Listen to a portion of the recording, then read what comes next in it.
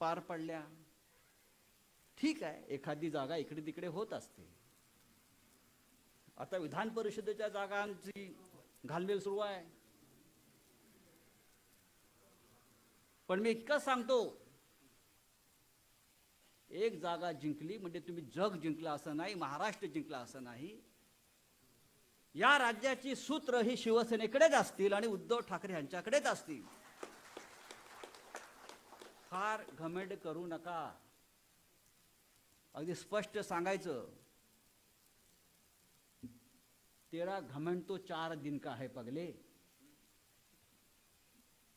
हमारी बादशाही तो खानदानी है.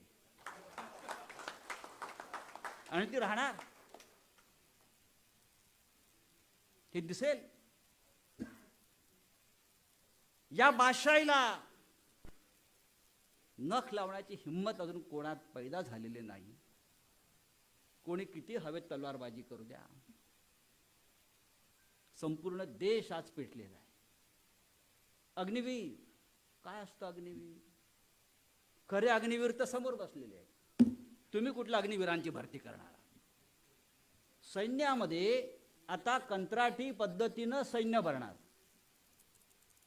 सैन्य पोटावर चालतं हे आम्हाला माहित होतं आतापर्यंत, पण आता सैन्य हे कंत्राटी पद्धतीनं भरणार आहेत.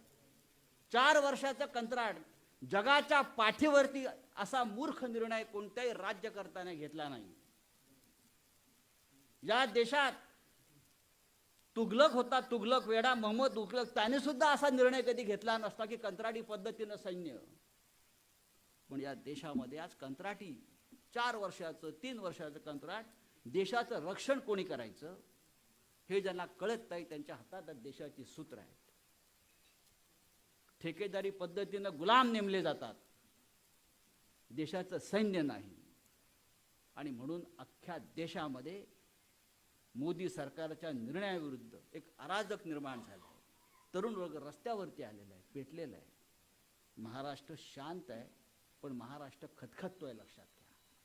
महाराष्ट्र शांत यासाठी आहे कारण या राज्याची सूत्र ही उद्धव ठाकरे यांच्या हातात आहेत, म्हणून महाराष्ट्र शांत आहे. आणि ती सूत्र जोपर्यंत या आमच्याकडे म्हणजे शिवसेनेकडे आहेत,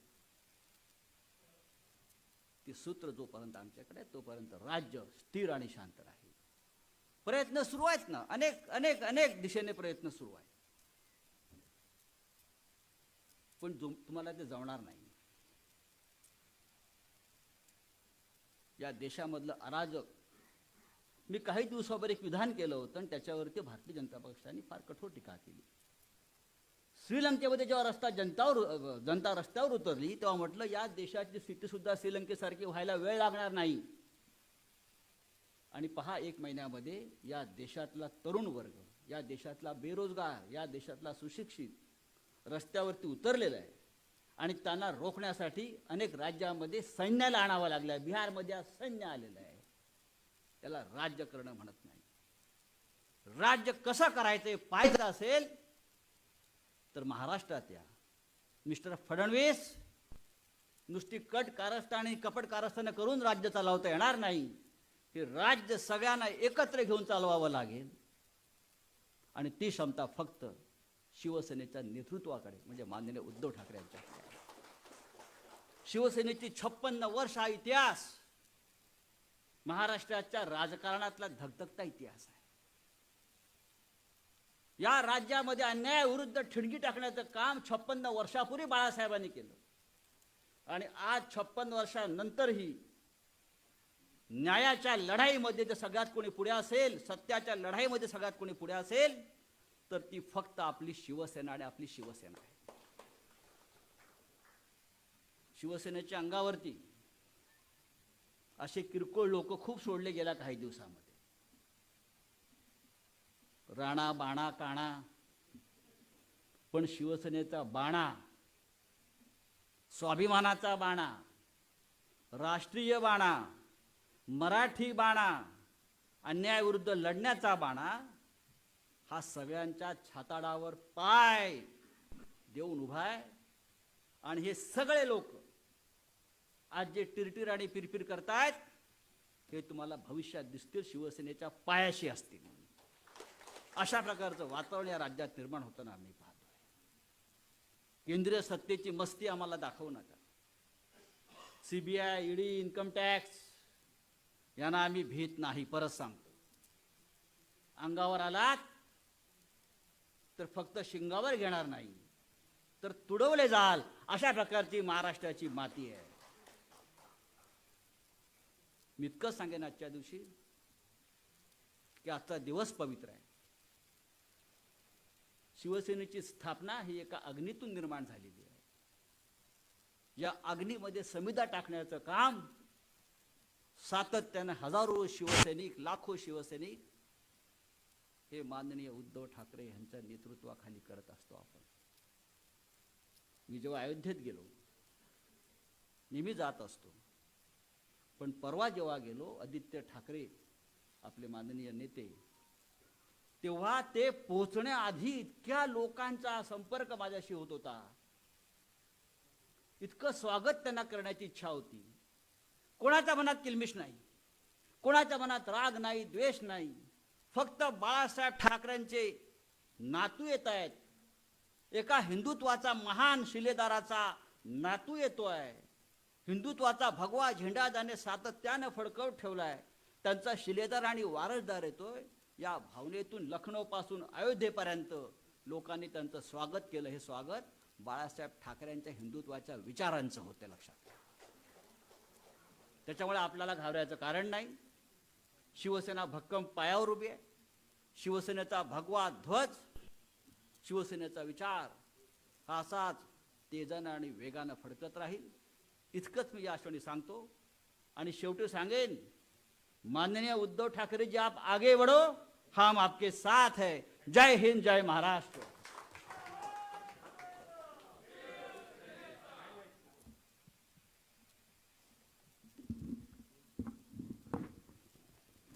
आणि यानंतर शिवसेना पक्षप्रमुख, महाराष्ट्र राज्याचे आदरणीय मुख्यमंत्री उद्धवजी ठाकरे यांना विनंती करेन की आजच्या या 56व्या शिवसेनेच्या वर्धापन दिनानिमित्तानं सर्व उपस्थितांना मार्गदर्शन करावं. आदरणीय उद्धवजी ठाकरे. उपस्थित सर्व शिवसैनिक बांधवांनो आणि भगिनींनो, उभं राहून बोलू शकतो हे आपल्या बांद्रा कुर्ला कॉम्प्लेक्सच्या सभेत आणि संभाजीनगरच्या सभेत दाखवून दिलेलं आहे. नाहीतर पुन्हा त्याच्यावर टिप्पणी यायची की उद्धव ठाकरे बसून बोलले. पहिल्या प्रथम शिवसेनेच्या 56व्या, कारण आता वर्ष मोजण्याचं आपण सोडून दिलेलं आहे, कारण आणखीन अनेक अनेक अनेक वर्षाने शतक शिवसेना राहणार आहे. तर या वर्धापन दिनाच्या शुभेच्छा देतो. मी बाहेर गेलो असताना संजय राऊत यांनी फादर्स डेचा उल्लेख केला आहे. नक्कीच आहे, कारण माझ्या फादरनीच या पक्षाला जन्म दिलेला आहे. आणि मागे सुद्धा मी म्हटलं होतं की आपल्याकडे थोड्या श्रद्धा, अंधश्रद्धा असतात. मग तो पितृपक्ष असतो. त्या पितृपक्षाबद्दल बरेच गैरसमज आहेत. म्हटलं मी नाही म्हणत, कारण माझ्या आजोबांनी मला नाही शिकवलं. आणि माझा पक्ष पितृपक्षच आहे, पित्याने स्थापन केल्यामुळे. तेव्हा असं काय नसतं. प्रत्येक दिवस हा आपला असतो. 56 वर्ष झाली. 56 वर्षातल्या बऱ्याच काही गोष्टी आजही मनामध्ये ताज्या आहेत. आणि मी जेव्हा पहिल्या प्रथम पक्षप्रमुख पदाची सूत्र हाती घेतली होती शिवसेना भवनमध्ये, म्हणजे तुम्ही माझ्यावरती सोपवलीत, तेव्हा नकळत एक क्षण माझ्या डोळ्यासमोर तरळून गेला. तो म्हणजे 56 वर्षापूर्वीचा शिवसेनेच्या स्थापनेचा तो क्षण. एक शिवाजी पार्कचं आमचं घर, त्याचे मी वर्णन केलं होतं की हल्लीच्या युगात ज्याला आपण 1 BHK म्हणू, त्या 1 BHK मध्ये माझे आजोबा, त्याच्यानंतर आमचं कुटुंब म्हणजे साहेब, आम्ही 3 मुलं, काका, त्यांचं कुटुंब, आणखीन एक काका होते. वेळ काळ दिवस काही बघितला नव्हता. तो बाकीचा प्रसंग तुम्हाला सगळ्यांना माहिती आहे. तो काही मी पुन्हा त्याची हे सांगत नाही, कारण तो आपल्या चित्रपटात सुद्धा आलेलं आहे. शिवसेनेची स्थापना झाली. आज त्या क्षणाचे साक्षीदार, प्रत्यक्ष साक्षीदार मी आणि एखाद दोन आमच्या कुटुंबियांपैकी कोण असले तर, अन्यथा आणखीन जास्त कोणी लोक तेव्हा नव्हतेच. पण महत्त्वाचा मुद्दा काय, माझं वय जेमतेम 6 वर्षाचं होतं आणि माझ्यासमोर तो शिवसेनेच्या स्थापनेचा नारळ, शिवाजी महाराज की जय म्हणून तो फुटला होता आणि त्या नारळाचं पाणी शिंतोडे माझ्या अंगावरती उडाले होते. एक जोश होता, गंमत होती. पण तेव्हा असं स्वप्नात सुद्धा वाटलं नव्हतं की ते शिंतोडे मला एवढे भिजवून टाकतील. एक फार मोठी जबाबदारी, कारण वय लहान होतं, समोर सगळे जे काही घडत होतं, उत्साहाचं वातावरण तेव्हाही होतं, आत्ताही आहे. पण जबाबदारी काय असते किंवा ही जबाबदारी किती मोठी असणार आहे हे मला काहीच कळलं नव्हतं. आपल्यासारखे सगळे साथी सोबती, जीवाला जीव देणारे सैनिक सवंगडी मिळाले म्हणून हा जो एक प्रश्न निर्माण झाला होता की शिवसेना प्रमुखानंतर शिवसेनेचं काय, त्याला आपण नुसतंच नाही तर कणखरपणाने उत्तर देत आलेलो आहोत आणि याच्या पुढे सुद्धा आपण देऊ. या 56 वर्षाच्या वाटचालीमध्ये अनेक ज्ञात अज्ञात शिवसैनिक ज्यांनी अक्षरशः रक्ताचं पाणी केलं, घाम गाळला, वार अंगावरती झेलले, काही आपल्यात आहेत, अनेक जण आपल्यातून निघून गेले, त्या सगळ्यांना विनम्र मी अभिवादन करतो. कारण त्यावेळेला त्यांनी ते जर का केलं नसतं तर आजचं आपलं हे वैभव आपण पाहू शकलो नसतो. आणि एका गोष्टीचं मला समाधान आहे, अभिमान आहे, नक्कीच आहे की ती जी मी पिढी म्हणतो त्या पिढीतले माझ्या समोरही काही बसलेत, पण विशेषतः माझ्या दोन आजूबाजूला बसलेत. एका बाजूला सुभाष देसाई आहेत, एका बाजूला दिवाकर रावते आहेत, बाकी सगळे आहेतच. पण हे पहिल्या फळीतले हे शिवसेना प्रमुखांचे साथी. मी नेते नंतर म्हणेन, नेते वगैरे हे नंतरच्या गोष्टी आहेत, पण पहिल्या प्रथम समोर काही नसताना, म्हणजे आज मी मुख्यमंत्री म्हणून तुमच्या समोर बसलेलो आहे, तुमचा पक्षप्रमुख म्हणून तुमच्या समोर बसलेलो आहे, तेव्हा ही स्वप्नात सुद्धा ही स्वप्न पडणं शक्य नव्हतं. एक सारी गोष्ट आहे, शिवसेनेचा पहिला महापौर निवडून येणं 71 साली, हेच फार मोठं आपल्यासाठी वैभव होतं. आणि त्याच्यानंतर सलग गेले 25 वर्ष आणि त्याच्या आता ह्याच्या पुढची वर्ष ही शिवसेना मुंबईवरती मुंबईकरांच्या आशीर्वादाने राज्य करत आलेली आहे. पण तेव्हा नगरसेवक निवडून येणं हे फार मोठं एक स्वप्न होतं. आज तर मुख्यमंत्री आपले आहेत, आमदार आपले आहेत, मंत्रिपद आपल्याकडे आहेत. आणि अशा वेळेला हे दोन्ही शिवसेना प्रमुखांचे साथी सोबती, ज्यांनी शिवसेना प्रमुखांना प्रत्येक पावलावरती साथ दिली, यावेळेला हो जबाबदारी माझी आहे. मी आपण नाही म्हणत, कारण पक्षप्रमुख म्हटल्यानंतर तुमच्या सगळ्यांची जबाबदारी माझी आहे.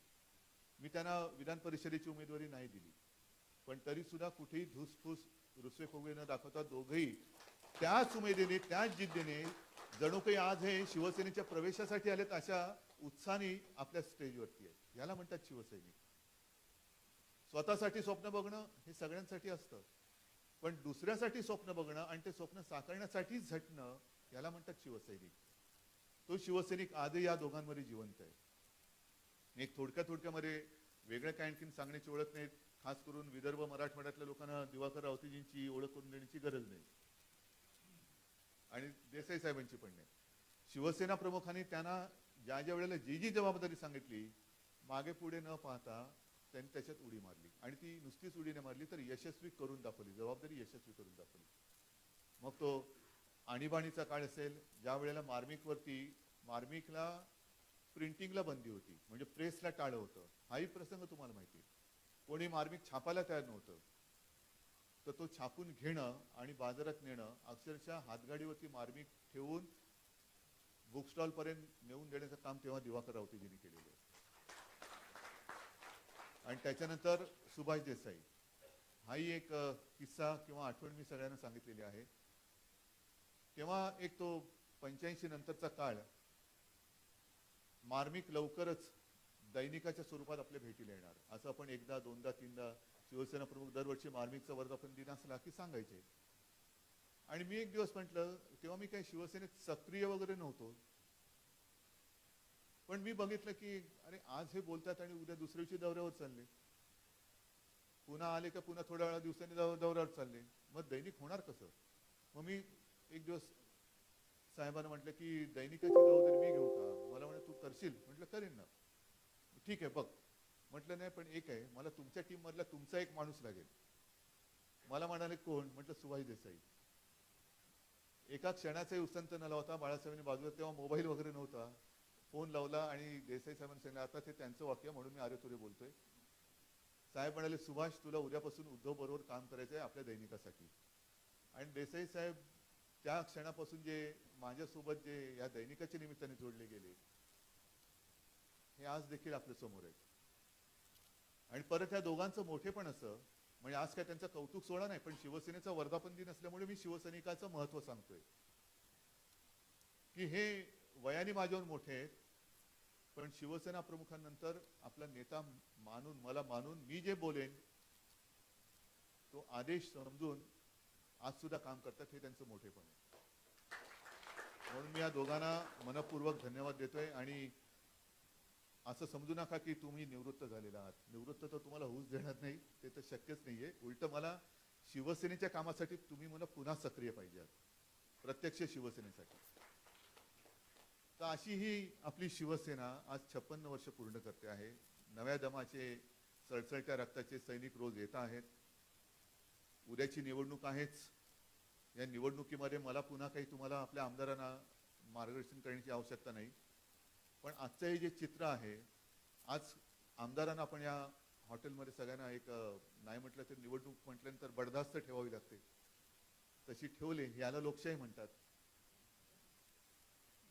यालाच लोकशाही म्हणतात की आपलेच आमदार हे आपल्याला, आपलेच आपले नगरसेवक असतील, आमदार असतील, खासदार असतील, यांना एकत्र ठेवणं ही आजची लोकशाही आहे. पण मला हे चित्र जे दिसतंय हे उद्याच्या, म्हणजे उद्याच्या विधानसभेच्या निवडणुकीनंतर याच्याहून चांगल्या पद्धतीने दिसलं पाहिजे. ते म्हणजे आज इथे फक्त आमदारच नाही आहेत, तर वर्धापन दिन म्हटल्यानंतर माझे चांगले प्रमुख कार्यकर्ते पण इकडे आहेत. पण हे सगळे म्हणजे व्यक्तिशः घेऊ नका, मी संख्येत बोलतोय. नाही तर तुम्ही म्हणाल पुढच्या निवडणुकीत तुम्ही बोलला होतात ना आम्हाला त्या हॉलमध्ये वचन दिलं होतं, आता दिलेला शब्द पाळा, आम्हाला तिकीट द्या. तसं नाही, तर संख्येच्या यांनी आपले स्वतःचे आमदार हे असे दिसले पाहिजे, एवढे दिसले पाहिजे. आज तर आपल्यासोबत आपले 56, एक बिचारा आपला रमेश गेला, एक कट्टर कार्यकर्ता. हे असं जे काही नुकसान होतं ना, हे नुकसान भरून येण्यासारखं नसतं परत. म्हणजे अशा वेळेला एक लक्षात येतं, असं म्हटलं जातं की आता संजय तुम्ही त्या अग्निपथचा उल्लेख केला, पण असं म्हटलं जातं की एक चांगला पायलट, त्याचं ट्रेनिंग म्हणजे एक वेळ लढाऊ विमान जर का पडलं, पडू नयेच, पण पडलं तर ते नुकसान भरून निघतं, कारण त्याची फॅक्टरी असते. पण चांगला पायलट जर का गेला तर ते नुकसान अधिक मोठं असतं. तसा असा एखादा चांगला कार्यकर्ता जर का गेला तर तेव्हा होणारा एक फटका असतो, बसणारा फटका, हा एक खूप मोठा फटका असतो. आज मुद्दामून थोडंसं एक वेगळ्या पद्धतीने हा वर्धापन दिन म्हटलं साजरा करूया. कारण आमदार, मंत्री आणि मी स्वतः मुख्यमंत्री, म्हणजे आणखीन पक्षाचं यश ते काय पाहिजे तुम्हाला. वरती आपले 22-23 खासदार आहेत, वरती म्हणजे हॉटेलमध्ये नाही, लोकसभा आणि राज्यसभेमध्ये तर खासदार आहेत. त्याच्यातही उद्याच्या निवडणुकीत आणखीन वाढ होणार आहे. आणखीन काय पाहिजे, तर मग मी म्हटलं एक वेगळ्या पद्धतीने करू. एक तर 2 सभा आपल्या दणदणीत झालेल्या आहेत. जे काय बोलायचं होतं ते बरंचसं बोललेलं आहे, अजूनही बोलण्यासारखं बरंच आहे, पण सगळं आता काय बोलणार नाही, कारण मला कल्पना आहे वेळ झालेली आणि सगळ्यांना भुका नाही तरी लागलेले आहेत. तर बोलण्यासारखं खूप आहे. पण मग तुमच्या समवेत हा एक दिवस साजरा करावा. आणि साहजिकच आहे, नाहीतरी आपण असं ठरवलं होतं की मोठी सभा घेऊ नये, कारण 19 जून म्हटल्यानंतर पाऊस हा असतोच, तसा पाऊस आता पडायला लागलेलाच आहे. तर नुसतं पावसात भिजण्यापेक्षा आपण आपल्या विचाराने भिजवावं किंवा विचाराने भिजावं. आज आपण जे काही इकडे जमलेलो आहोत, उद्याची निवडणूक आहे, मला त्या निवडणुकीची चिंता नाहीये, अजिबात नाहीये. कारण जर का मी चिंता करत बसलो तर जे शिवसेना प्रमुखांनी माझ्या धमन्यांमध्ये भिनवलेले आहे त्याचा उपयोग काय. हार जीत तर होत असते, उद्या तर जिंकणारच आहोत, उद्याचा तर प्रश्नच नाहीये. कारण ठामपणाने मी सांगेन की गेल्या राज्यसभा निवडणुकीत झालं आपलं स्वतःचं, म्हणजे मी स्वतःचं म्हणण्यामध्ये राजकुमारजी तुम्ही सगळेजण माझे सहकारी, आपल्या शिवसेनेचे सहयोगी सदस्य आलात, जेव्हा मी आमचं म्हणतो त्याच्यात मी तुम्हाला धरलेलं आहे, तेव्हा पुन्हा एकदा मी माझे सहकारी म्हणून म्हणणार नाही, तुम्ही आमचेच आहात. एकही मत फुटलेलं नाहीये, एकही मत फुटलेलं नाहीये. मग फुटलं कोणतं, नाही, त्याच्यात सुद्धा अंदाज लागलेला आहे. तोही अंदाज लागलेला आहे. कोणी काय काय कलाकार्या केल्या तेही कळलेलं आहे. आणि त्याचा हळूहळू जसं एक एक येईल तसं उलगडा होत जाईल. त्याच्यामुळे मला उद्या फाटाफुटीची शक्यता बिलकुल वाटत नाही. कारण आता शिवसेनेमध्ये असा गद्दार मनाचा कोणी राहिलेला नाहीये, अजिबात नाहीये.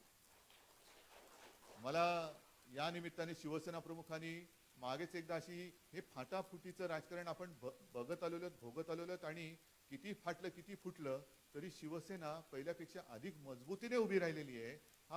हे आपण इतिहासाला दाखवत आलेलो आहोत. हा इतिहास नाही, हे इतिहासाला आपण दाखवलेलं आहे. आणि असंच एकदा मागे कधीतरी फाटाफूट झाली होती तेव्हा शिवसेना प्रमुख त्यांच्या भाषेत बोलले होते की मला आईचं दूध विकणारा नराधम माझ्या संघटनेत नको. हे फार मोलाचं वाक्य आहे. आईचं दूध विकणारा नराधम मला शिवसेनेत नको. आणि तो आज सुद्धा काय उद्या सुद्धा मला शिवसेनेत नको, कोणत्याही परिस्थितीत नाही. कारण आज हे जे काय सगळं वैभव आपण उपभोगतो आहोत, अनेक जण आज सुद्धा असे आहेत की त्यांनी मरमर मरून शिवसेना मोठी केली, पण त्यांना हे सगळं काही बघायला मिळालं नाही, भोगायला मिळालं नाही. आपल्याला बघायला मिळते, भोगायला मिळते. आपल्याला एक आपली ओळख निर्माण करून दिली, ती शिवसेना या 4 अक्षरांनी दिली, शिवसेना प्रमुखांनी दिली. आणि असंख्य जसं संजय तुम्ही सांगितलं की काल परवाकडे तुम्ही अयोध्येत जाऊन आल्यानंतर शिवसेना प्रमुखांचा नातू म्हणून जे काय आशीर्वाद आदित्यच्या मागे आहेत, माझ्या मागे तरी काय आहे? मी कोण आहे? माझी काय ओळख आहे? मी जर का टरेबाजी करायला लागलो उद्धव ठाकरे, नुसत्या उद्धव ठाकरेला अजिबात किंमत नाही, 1.5 दमडीची किंमत नाही. पण उद्धव बाळासाहेब ठाकरे म्हटल्यानंतर समोरचा माणूस जो एक आदराने उभा राहतो. मला मी मुख्यमंत्री असलो काय नसलो काय फरक पडत नाही, कारण माझं जे नाव आहे ते कोणीच काढून घेऊ शकत नाही. ते एक मला कित्येक जन्माचं लाभलेलं भाग्य आहे, ते कधीच कोणी काढून घेऊ शकत नाही. आणि कदाचित न जाणो ही सुद्धा जबाबदारी माझ्या खांद्यावरती दिली गेली. ती कोणी दिली, कशी दिली, मुळामध्ये या घरात माझा जन्म झाला कसा, हे सगळं अनाकलनीय आहे. आणि त्याही पेक्षा महत्वाचं म्हणजे मी जे मगाशी म्हटलं की जीवाला जीव देणारा सैनिक हा लाभला, हे सुद्धा कित्येक जन्माचं माझं भाग्य. आणि म्हणून आव्हान येतात, आव्हान जातात. काय काय वेळेला आव्हानं फार मोठी असतात. असं वाटतं की आता कसं होणार. आजपर्यंत काही कमी आव्हानं आली होती अशातला भाग नाही. जो एक उल्लेख केला आणीबाणीचा, त्यावेळेचं आव्हान तर फार मोठं होतं. म्हणजे जणू काही शिवसेनेवरती बंदी आलीच असंच वातावरण झालं होतं. अनेकांना असं वाटलं होतं की बस आजची रात्र उद्याची रात्र शिवसेनेचे सगळे नेते शिवसेना प्रमुखांसकट हे तुरुंगात असणार. पण त्याही वेळेला जे शिवसेना प्रमुखाने आणि शिवसेनेने धाडस दाखवलं, धाडसाला मरण नसतं. आणि ज्याच्याकडे धाडस नसतं त्याला मरणाशिवाय काही नसतं. म्हणून धाडस हा आपला स्थायी भाव आहे आणि तो स्थायी भाव आपण सोडून चालणार नाही. मी काय तुम्हाला प्रवचन द्यायला बसलेलं नाहीये, पण हे सगळं गेल्या 56 वर्षातलं अनुभवातलं जे काय आलेलं आहे ते नाही म्हटलं तरी कधीतरी सांगणं मला भाग आहे. आणीबाणीसारखा काळ हा आपण पाहिलेला आहे. विरोधी पक्ष त्याही वेळेला हतबल होता, आता तर आपण मजबूत आहोतच. जो एक हिंदुत्वाचा मार्ग आपण स्वीकारलेला आहे, पहिली गोष्ट अशी की शिवसेनेचा जन्मच मुळी झाला तो भूमिपुत्रांच्या न्याय हक्कासाठी, न्याय रक्षणासाठी. त्याच्यामुळे भूमिपुत्र आपल्या सोबत आहेतच. आणि आज जे काही हिंदुत्वाचे डंके पिटतायत, ज्या वेळेला कोणी हिंदुत्वाचा उच्चार करायला तयार नव्हतं, गर्व से कहो हम हिंदू है ही एक घोषणा होती, नक्की होती, ती विश्व हिंदू परिषदेची होती, पण बोलायला कोणी तयार नव्हतं. कारण हिंदू बोलणं हा गुन्हा समजला जायचा. तेव्हा हिंदुत्वाचा नारा बुलंद केला तो फक्त आणि फक्त शिवसेना प्रमुखांनी आणि शिवसेनेने केला. म्हणून आज या सगळ्या गोष्टी होत आहेत. पण आज जे काय चाललेलं आहे ते हिंदुत्व त्यांच्यासाठी असेल, पण माझ्यासाठी ते हिंदुत्व नाहीये. लोकांचा कोणताही विचार न करता केवळ सरकार, राज्य कारभार, राज्य करा, का पाहिजे मला सत्ता, का पाहिजे मला सरकार, मला राज्य पाहिजे, जरूर करा, राज्य पाहिजे. पण राज्याबरोबर ती राज्य मिळाल्यानंतर कारभार जर जमणार नसेल तर राज्य करायला तुम्ही नालायक आहात. आज सुद्धा जे आपण बघतो आहोत की अनेक राज्यांमध्ये अग्निपथ या सरकारच्या योजनेच्या विरुद्ध अनेक तरुण रस्त्यावरती उतरलेले. का पेटली त्यांची माती, का भडकली त्यांची माती, कोणी भडकवली त्यांची माती. म्हणून मी इथल्या आपल्या सभेमध्ये जे बोललो होतो की हृदयात राम आणि हाताला काम, आज तेच चित्र देशामध्ये दिसतंय. तेच चित्र दिसतंय की हृदयात राम आहेच, तो प्रत्येकाला काय आपल्या हनुमानासारखा दाखवता येणं शक्य नाही की बघ माझ्या हृदयामध्ये राम लक्ष्मण सीता आहे. त्याची आवश्यकता नाही आणि आपण तसं करूही शकत नाहीये. पण हातामध्ये काम नसेल तर नुसतं रामराम म्हणून काही उपयोग होणार नाहीये. तुम्ही एका बाजूला मंदिराची उद्घाटन करतायत, काल परवाकडे आपल्याकडे देहूला येऊन गेले वारकरी आपलेच आहेत, तो वारकरी संप्रदाय आपलाच आहे. त्यांना नव्याने काही हिंदुत्व सांगण्याची गरज नाहीये. त्यांच्यासाठी सोयी सुविधा आपलं सरकार सुद्धा करते. शेकडो कोटी रुपये आपणही त्यांच्यासाठी देतोय. पण हे करून जर नुसतं एकतर्फी जाणार असेल, सुरुवातीला झालं नोटाबंदी झाली, एक तेव्हा नवीन नवीन सगळं होतं, लोकांमध्ये थोडंसं भय पण होतं, तेव्हा हुकाचूक कोणी केली नाही. नोटाबंदीचा जो काही एक निर्णय होता तो पचून गेला. मग त्याच्यानंतर शेतकरी विषय आला. शेतकरी कायदे जेव्हा आले त्यावेळेला मात्र शेतकऱ्यांनी पहिले धाडस दाखवलं आणि शेतकरी पहिल्यांदा रस्त्यावरती आला. नाही म्हणजे नाही, आम्ही आमचं ऐकल्याशिवाय आम्ही घरी जाणारच नाही, मेलो तरी चालेल. आणि त्याच्यामध्ये अनेक जण गेले सुद्धा, वारले सुद्धा, पण शेतकरी जो हटून बसला तो मागे जायला तयार नव्हता. मग नाईलाजाने सरकारला एक पाऊल मागे जावं लागलं. आज हे परत नवीन काहीतरी टुमणं काढले. एक तर वचनं अशी द्यायला पाहिजेत की ती आपण पूर्ण करू शकू. शिवसेनेने आजपर्यंत का शिवसेना टिकून राहिली आणि का शिवसेना अजूनही त्याच दमाने पुढे चालले? कारण शिवसेनेने एक सुद्धा गोष्ट अशी आजपर्यंत केली नाही की जी बोलली आणि केली नाही. जेव्हा जे वचन दिलं ते शिवसेनेने पाळलं. पण आम्ही एवढे 2 कोटी किती कोटी दरवर्षी नोकऱ्या देऊ, 5 वर्षात एवढे देऊ, दिलं काय? काहीच नाहीये. मग अचानक काहीतरी एखादी योजना आणायची आणि त्यांना नाव मोठं द्यायचं, अग्निपथ, अग्निवीर.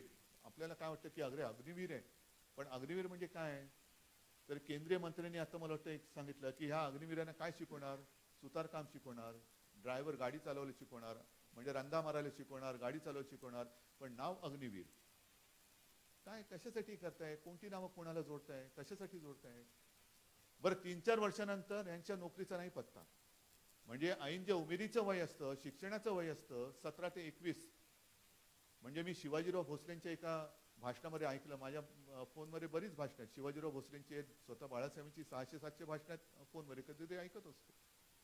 त्यांनी सांगितलं की छत्रपती शिवाजी महाराज यांनी आयुष्यामध्ये पहिला तोरणा कितव्या वर्षी जिंकल्या? 16-17 वर्ष. ज्ञानेश्वराने ज्ञानेश्वरी कितव्या वर्षी लिहिली? 16व्या वर्षी लिहिली. आपल्याकडे मात्र हे जे वय असतं ते शिक्षणाच्या ओझ्याखाली दबून गेलेलं असतं. पाठीवरती पुस्तकाचं ओझं. मग त्या ओझ्यानेच त्याच्या वयामध्ये ज्या वयात तो पाठ करण्याने उभा राहायला पाहिजे त्याच वयात त्याचा पाठ करणं वाकून टाकण्याचं काम आपलं शिक्षण करतो. आणि मग जेव्हा तो 21-22व्या वर्षी बाहेर पडतो त्यातून, तेव्हा पहिलं ओझं उतरलेलं असतं आणि नोकरी कुठे मिळणार, काय कसं मिळणार, एक आयुष्याचं ओझं डोक्यावरती आलेलं असतं. कसं आपला देश उभा राहणार? आता तेच वय असं आहे की ऐन उमेदीचं वय, तुम्ही त्याला एक काहीतरी स्वप्न दाखवणार, मृगजळ दाखवणार, त्याच्या पाठी त्याला धावायला लावणार की बघ तुला 3-4 वर्ष इकडे मिळेल आणि त्याच्यानंतर सुद्धा काय, त्याच्यानंतर काय नाही. मग 10% आरक्षण देऊ एवढे. मग नेमकी एवढी जर का लाखोच्या संख्येने, करोडोच्या संख्येने ही मुलं जर का आली तर त्यातले 10% म्हणजे नेमके किती मुलं तुम्हाला कामाला येणार? आणि त्याहीपेक्षा भयानक म्हणजे भाडोत्री सैन्य. हा काय प्रकार आहे? मग असंच जर का असेल तर उद्या भाडोत्री राज्यकर्ते पण आणू आपण. टेंडर काढा टेंडर. आम्हाला मुख्यमंत्री पाहिजे, आम्हाला पंतप्रधान पाहिजे, आम्हाला हे काढा. जो बसेल तुमच्या टेंडरमध्ये आणा. नाहीतरी 5 वर्षाचंच आमचं भाडोत्रीच काम आहे. 5 वर्षानंतर पुन्हा एक्सटेन्शनसाठी आम्हाला लोकांसमोर जावंच लागतं. मग ते सुद्धा 70 वय पण काढू ना, भाडोत्री ठेवू. हा, जो काही L1 असेल आणि त्याच्याकडनं कारभार. बरं मध्यावधी आलं तर पुन्हा ते आयटम रिओपन होणार, बरोबर ना? तर हे जर का भाडोत्रीच प्रकार असेल तर तुम्ही सगळेच भाडोत्री ठेवा ना, hire and fire, use and throw. पण उगाच काहीतरी स्वप्न दाखवायची आणि त्या देशाच्या, ज्याला आपण भावी आधारस्तंभ म्हणतो, युवकांच्या भवितव्याशी आणि जीवनाशी खेळायचं, ती लोक भडकणार नाही तर काय? आणि का नाही त्यांनी भडकायचं? एक तर आम्ही तुम्हाला मत दिलेलं आहे. मी मागे सुद्धा म्हटलेलं आहे की मत मत मत मत म्हणजे काय? मत म्हणजे आयुष्य असतं. नुसतं कोणातरी शिक्का उमटवून आलो, मी दिलं हा तुला मत, तर तसं नाहीये. मत म्हणजे एक आयुष्य असतं की आयुष्य मी माझं नाही, माझ्या कुटुंबियाचं आयुष्य. कारण उद्या तुम्ही पंतप्रधान होणार आहात, तुम्ही मुख्यमंत्री होणार आहात, देशाचे आणि राज्याचे तुम्ही राज्यकर्ते होणार आहात. जे काही धोरणं तुम्ही आखणार आहात ती धोरणं केवळ माझ्यापुरती नाही तर माझ्या कुटुंबियांना आणि माझ्या पुढच्या पिढ्यांसाठी चांगली ठरतील, हा विश्वास मला तुमच्यात वाटला, म्हणून आम्ही तुम्हाला मत दिलेलं आहे. मग हे दिल्यानंतर असं जर का होणार असेल की 4-4 वर्षाचं, तर ह्याला काय अर्थ? म्हणजे आपली टर्म असते 5 वर्षाची आणि यांची टर्म 4 वर्षाची. उद्या जर काही सगळी शिकली सवरली त्या ह्याच्यामधली पोरं अंगावर आली तरी झेलणार कोण? झेलणार कोणाला? आणि हा जो काय सगळा कारभार चाललेला आहे, हे सगळं मी तुमच्यासमोर का सांगतोय? उद्याच्या निवडणुकीचा याचा काय संबंध? नक्कीच आहे. कारण उद्याची निवडणूक ही सुद्धा एकतर आमच्यामध्ये फूट पडू शकत नाही दाखवणारी तर आहेतच, त्याच्यामध्ये मला काही चिंता नाहीच. पण तुम्ही देशामध्ये जरी काही केलं तरी महाराष्ट्र हा वेगळा विचार करतो, करू शकतो, आणि तो महाराष्ट्र वेगळा विचार करून त्यांनी दाखवलेला आहे. हे उद्या आपल्याला देशाला दाखवायचंय. नुसतं सत्तेपुढे शहाणपण चालत नाही, ठीक आहे, पण महाराष्ट्रातली शहाणी जनता जी आहे त्या महाराष्ट्राच्या शहाणपणापुढे सत्तेचा मात चालत नाही, आम्ही चालू देत नाही, हे सांगण्यासाठी ही उद्याची आणि त्याच्या पुढच्या निवडणूक आहे. आणि सत्तेपुढे जर का शहाणपण चालणार नसेल तर शहाणं व्हायचं तरी कशाला? जा सगळे जण भाजपमध्ये जा आणि सत्तेचा माज घेऊन जा. किती दिवस चालेल? प्रत्येकाला पर्याय असतो. मला पर्याय नाही असं अजिबात होऊ शकत नाही. प्रत्येकाला पर्याय असतो आणि हा पर्याय हा पहिल्या जो काही पर्याय असतो त्याच्यापेक्षा जसं शेराला सव्वा शेर हा असतोच. म्हणून जो शेर असतो त्याने सुद्धा लक्षात ठेवायला पाहिजे की आज मी शेर आहे पण उद्या कोणतरी सव्वा शेर येणार आहे. उद्या कोणतरी सव्वा शेर येणार आहे. आत्ताचं राजकारण हे पावशेरचं चाललेलं आहे, कारण तेवढा पुरती वेळ मारून न्यायची. तर हा जो काही सगळा विचार आहे तो विचार शिवसेना देत देत देत पुढे चाललेली आहे. म्हणून महाराष्ट्र हे उद्या किंवा काल किती इतरत्र सगळी पेटापेटी झाली तरी महाराष्ट्र का पेटत नाही? कारण महाराष्ट्र जेव्हा पेटतो तेव्हा तो ज्याच्यासाठी पेटतो त्याला जळून खाक केल्याशिवाय राहत नाही. महाराष्ट्राचं पेटणे हे वेगळं असतं. महाराष्ट्राने आजपर्यंत जर का बघितलं, कारण आपल्यात कोणी शिवाजी महाराज तर नाहीच, होऊच शकत नाही. छत्रपती शिवरायाचे मावळे सुद्धा आपण जर का झालो तरी फार मोठं झालं. पण त्याही वेळेला महाराष्ट्राने दाखवून दिलेलं आहे की संपूर्ण हिरवा वरवंटा आपल्या हिंदुस्थानावरती येत असताना त्या वरवंट्याच्या चिंधड्या उडवण्याचं एक ऐतिहासिक काम या महाराष्ट्राने केलेलं, ते छत्रपती शिवाजी महाराजांच्या रूपाने. आणि आज सुद्धा तीच परंपरा आपण घेऊन चाललेलो आहोत. आणि उद्याची सुद्धा जी काही निवडणूक आहे, झालं राज्यसभेमध्ये दुर्दैवाने एक पराभव झाला, नाहीतर आपला एक चांगला खासदार दुसरा संजय पवार हा तिकडे आपल्यामध्ये खासदार म्हणून आला असता. ही सगळी शिवसैनिकांची जी काय मोलाची मदत आजपर्यंत झालेली आहे. कोण आहे आता? सचिन अहिर आपल्यामध्ये आलेला चांगला काम करतोय. आमच्या पाडवी, तुम्हाला सगळ्यांना ओळख झाली का आमच्याची? आमच्या गेल्या वेळेला किती निसटला विजय? फक्त 1300, म्हणजे एक 750 मतं इकडे तिकडे झाली असते तर आमच्या आज आमदार असता आणि आमच्याच्या जागी आज दुसरा कोणतरी उमेदवार असता. पण एवढा कुठे? नंदुरबार. बसा तुम्ही. नंदुरबार तसा मतदारसंघ मी एकदा दोनदा गेलेलो, एकदा सभेला गेलेलो आहे, पण असा एकसंघ असा मतदारसंघच नाही येतो. सगळ्या वाड्या वस्त्या पाड्याचा आदिवासीचा एक तो मतदारसंघ आहे. मग का नाही तो कानाकोपऱ्यातला आवाज आपल्या कानावरती पडला? आज तो कानाकोपऱ्यातला आवाज मी महाराष्ट्राच्या कानावरती टाकतोय. त्याला मत तुम्हाला द्यायचंय. एक आदिवासी आपल्या हक्काचा, आदिवासी सुद्धा आपले बांधव आहेत, एक आदिवासी आवाज जाऊ द्या ना शिवसेनेत तिकडे. सचिन अहिर आहे ना, एक काम आपल्या भारतीय कामगार सेनेत चांगलं काम करतायत. पुणा पिंपरी चिंचवड इकडे संपर्क प्रमुख म्हणून चांगलं काम करतायत. बघितलं मी, नुसतं आंधळेपणाने नाही त्यांना उमेदवारी दिलेली. गेले 1-2 वर्ष सुद्धा त्यांची टेस्ट घेतलेली, कसा पोरगा आहे, काम करतोय की नाही, आणि उद्या सभागृहात सुद्धा आपल्याला त्याची मदत होईल असा हा सचिन आणि असा आमच्या आहे. तर हे तर आपलेच आहेत. जसं तुम्ही सगळेजण एक मगाशी मी म्हटलं तुम्ही सुद्धा शिवसैनिकच आहात, रक्ताचं पाणी करून तुम्ही निवडून आलेला आहात. तसंच आमच्याने सुद्धा केलेलं आहे, सचिनने पण केलेलं आहे, आणि शिवसेनेच्या बांधणीसाठी ते आता तयार झालेले आहेत. हे असे जरा नवीन चेहरे आपण पुढे आणतो आहोत. आणि हे आणताना मी म्हटलं तसं की देसाई साहेब आहेत आणि रावते साहेब आहेत. त्यांना मी जेव्हा विचारलं, देसाई साहेबांना सुद्धा जरा मी नाही म्हटलं तरी एक वडीलकीच्या नात्याने आदराने या दोघांचाही मान सन्मान ठेवून मला विचारलं. मला दोघांनी सांगितलं हे विचारण्याची आवश्यकताच नाहीये, तुमचा आदेश, तुमचा निर्णय. आम्ही शिवसैनिक होतो, शिवसैनिक आहोत आणि शिवसैनिक राहणार. जी जबाबदारी शिवसेना आमच्यावरती सोपवेल ती आम्ही पार पाडू आणि पाडूच. तर हेच आपल्या गेल्या 56 वर्षाचं यश मी म्हणेन. हेच आपल्या 56 वर्षाचं यश आहे की माणसं काही वेळेला तुटतात, दुखावतात, पण मी म्हणेन की आपली माणसं नसतातच, ती आपल्यात घुसलेली अशीच कोणतरी असतात. पण जी माणसं ज्यांना संधी मिळेल त्या संधीचं सोनं, आणि एखाद्या वेळेला ती संधी नाही म्हटलं आणि दुसरी संधी दिली तरी नाराज नव्हता त्या संधीचं सोनं करणं, म्हणूनच शिवसेनेने 56 वर्ष ही सोन्यासारखी 56 वर्ष ही पार पडलेली आहेत. मी पुढील वाटचालीसाठी सुद्धा म्हणजे 56 संजय म्हणाला तसं अब तक 56, पुढचे आणखीन 156, त्याच्या पुढची 256, हे 56चा पाढा म्हणत शिवसेना पुढे जाणार आहे. त्या भावी वाटचालीसाठी सगळ्यांना शुभेच्छा देतो आणि दिवसागणिक आपली यशाची कमान ही वाढती राहो, ही नुसती प्रार्थना नाही तर त्याच्यासाठी आपले प्रयत्न हे करत राहो, अशीच एक आशा व्यक्त करतो. धन्यवाद. जय हिंद, जय महाराष्ट्र.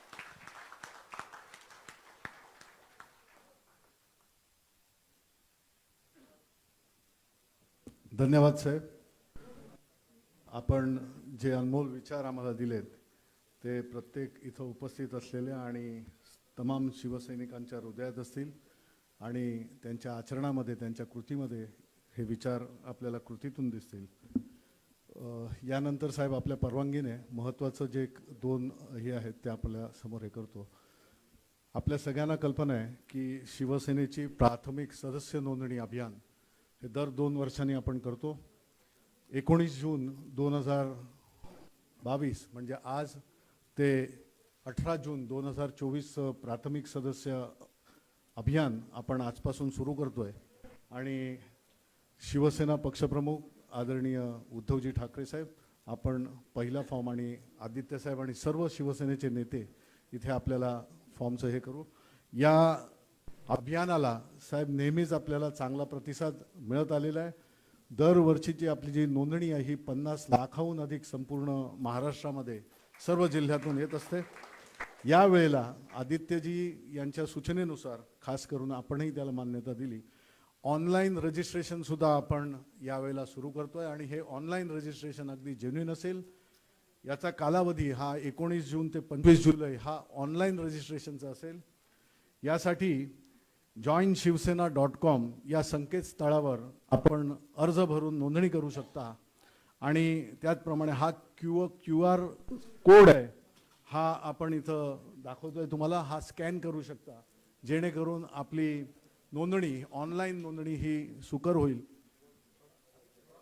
आदित्य साहेब आपण ओपन करा प्लीज. आदित्यजींना मी विनंती करेन की त्यांनी हा QR कोडचा एक या वर घ्या सिद्धेश वर घ्या.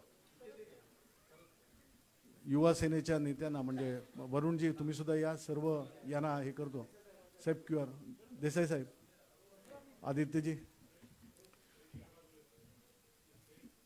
या ऑनलाईन रजिस्ट्रेशनचा QR कोड हा अशा आहे आणि याचं स्कॅन आपण करू शकता आणि ऑनलाईन रजिस्ट्रेशन हे 19 जून ते 25 जुलैपर्यंत आपण राहील आणि आपला प्राथमिक सदस्यत्व नोंदणीचा जो ड्राईव्ह आहे हा 18 जून 2024 पर्यंत चालणार आहे. याला निश्चितच चांगला प्रतिसाद मिळेलच अशी खात्री व्यक्त करतो.